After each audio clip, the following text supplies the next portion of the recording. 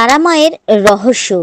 দেবী তারা হিন্দু তন্ত্রশাস্ত্র দশ মহাবিদ্যার মধ্যে দ্বিতীয়। তিনি করুণা, জ্ঞান, শক্তি ও আধ্যাত্মিক উন্নতির প্রতীক। তারা শব্দটি সংস্কৃত শব্দ, তার থেকে এসেছে।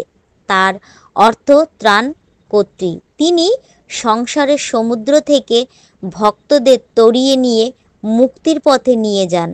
তারা সাধারণত নীল বর্ণ, 4 হাত বিশিষ্ট, শ্মশানে শিবের উপর দাঁড়িয়ে থাকেন।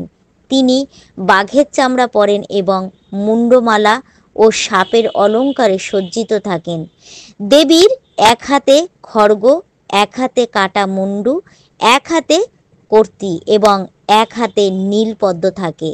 তার ভয়ঙ্কর রূপ সত্ত্বেও তিনি করুণাময়ী এবং ভক্তদের প্রতি স্নেহশীল। তাই কমেন্টে জয় মা তারা লিখতে ভুলবেন না।